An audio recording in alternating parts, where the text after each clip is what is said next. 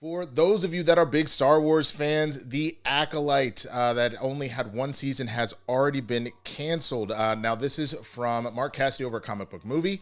Lucasfilms has decided not to move forward with the second season of Disney Plus's latest live-action Star Wars series. The news has now been confirmed by both Deadline and The Hollywood Reporter that The Acolyte is officially canceled. The series, which was created by Leslie Headland, Russian known for Russian Doll, recently received mostly positive reviews from critics, but was not warmly embraced by the fandom, earning just an 18% audience score on Rotten Tomatoes. A certain amount of the negative feedback can be attributed to review bombing, but even so, it's clear that Acolyte was not one of the more popular Disney Plus Star Wars shows. It was an easy target, said one source, and it hurt the public perception of the show. The Acolyte got off to a strong start after its 2-episode premiere, generating 4.8 million views in its first day on Disney Plus to rank as the second biggest series premiere on the streamer this year. The show could not keep this momentum going, however.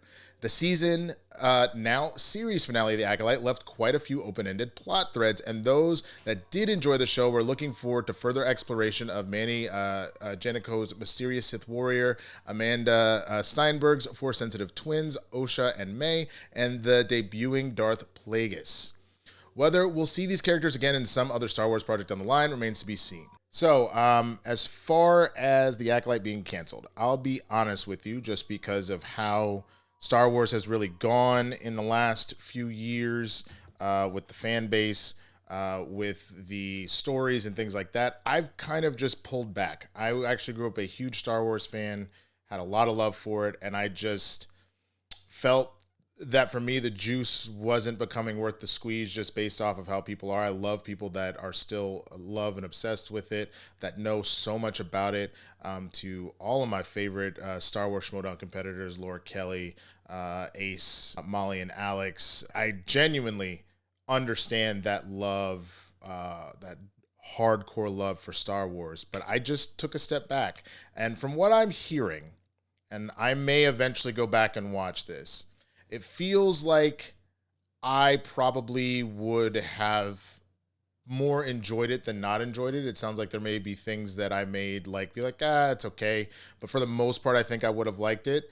It is watching it eventually. You'll never know. Because again, like I said, I really don't want to there's enough fights that I get in over shit already that it's the last thing I really want to put energy and effort into. But I do think that there is something very specific and pathetic of the idea of review bombing anything, honestly. I genuinely think it is very, very sad.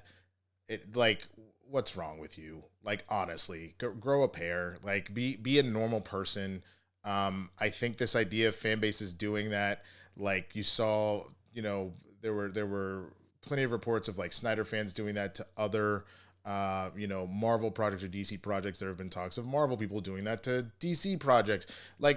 Whenever somebody feels I'm going to get you, I'm going to just run on the internet and run my mouth and anonymity and it's a very childish way to handle a situation. So that element of it, I think, is really stupid. I know there were genuine people that did not like The Acolyte.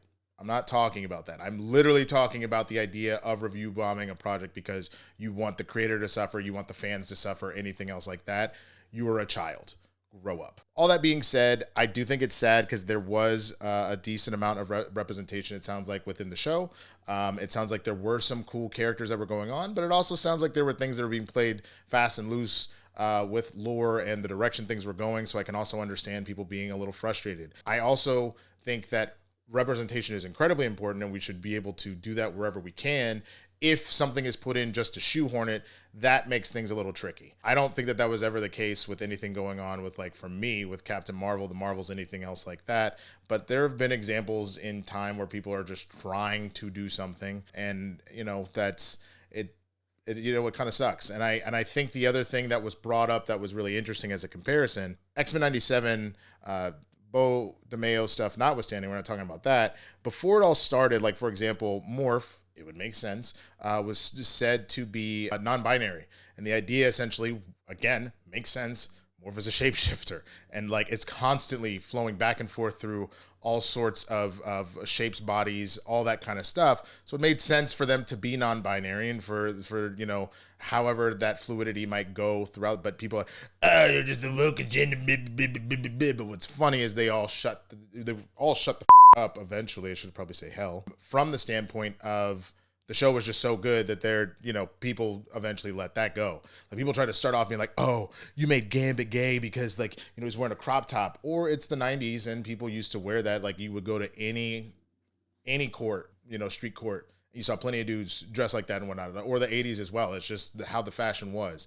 And even if they were gay, like it's one of those situations where like, if you're truly changing the full on core of the character and it doesn't make logical sense, I could see maybe somebody getting upset with that. But again, based off of who Morph is, it made perfect sense for that to work. And again, the work spoke for itself. It sounds like the Acolyte did at times have storytelling problems. And so that like has a lot to do with it. But I'm curious what you think. Did you watch the Acolyte? Like I said, I can't speak from a place of experience because I haven't seen the show. Did you like it? Did you dislike it? Give me real reasons why. If you disliked it, don't just be like, it was trash, it was woke. I don't care about your stupid little backwards thoughts if you're just like, it was woke. That's really sad.